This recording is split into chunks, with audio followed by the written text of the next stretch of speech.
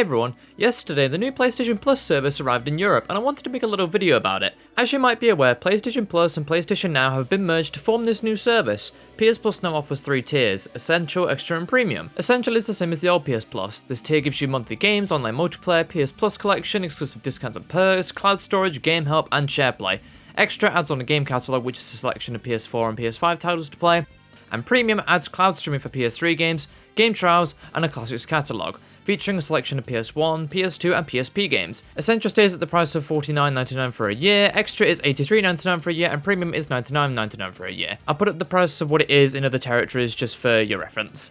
Now the one I'm most interested in, as most seem to be online, is the Premium tier, and I wanted to take a look at how some of the classic games play, because you know me, I'm retro. Before I go into how these games play, I want to point out something that I am extremely happy about. If you purchase these classic games on PS3, I'm only testing this for PS1 at the moment because that's what I have, then you can just add them to your library for free. It doesn't matter if they're subscription only or if it's a game with a subscription or single purchase feature. I'm extremely happy about this since I purchased over 60 PS1 games last year when Sony announced that they were going to close the PS3 and Vita stores, but then of course they went back on that decision, but that's fine by me. So I have loads of PS1 games on my PS3 that I'd love to automatically be able to carry over to my PS5. Along with this, I'm happy that I can grab Resident Evil Director's Cut without having to subscribe to Premium just to play it. However, one problem is that some of these PS1 games have never been on the PAL PS3 store, making it a concerning thought that these games could come out as subscription only or have a single purchase option if they come to this service at all. Unfortunately, PS1 games are now $7.99 rather than $3.99 or below, which is a shame but not surprising considering this is approximately 10 years after PS1 games were released on PS3. The PS3 store is still open for the time being, so if you still have a PS3, just go buy the PS1 games on there and hope that Sony releases them on the PS5. If you can do this, I highly suggest you do this now because I feel this won't be here for long when this new service is now live, and I'm sure that they'll try and close the store because they've moved everything over to the PS5 and PS4, so yeah, you might want to consider grabbing all those games on PS3.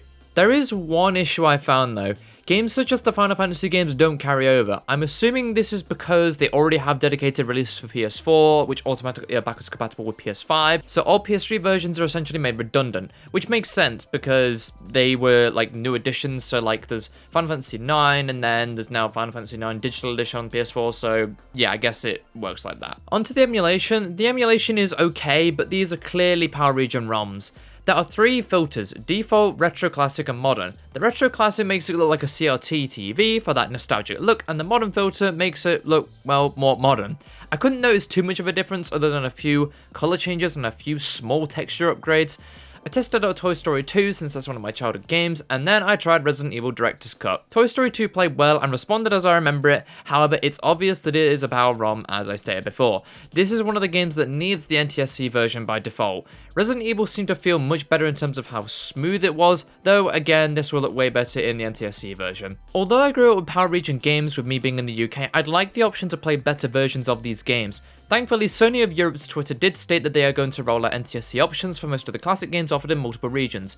I hope that comes soon. Overall, this service is okay. The Essential tier remaining the same is good. The Extra tier is quite a lot more, but does give you the ability to play a lot of PS4 and PS5 titles, so I can see the value in this tier. That is if you have a lot of time to play games. The Premium tier, however, I feel is a little much at the moment. There aren't many classic titles right now, plus the PS3 game still being stream only is disappointing. What do you think of the new PS Plus? Do you like it or think it's overpriced? Let me know in the comments. That's all for today, guys. See you in the next video.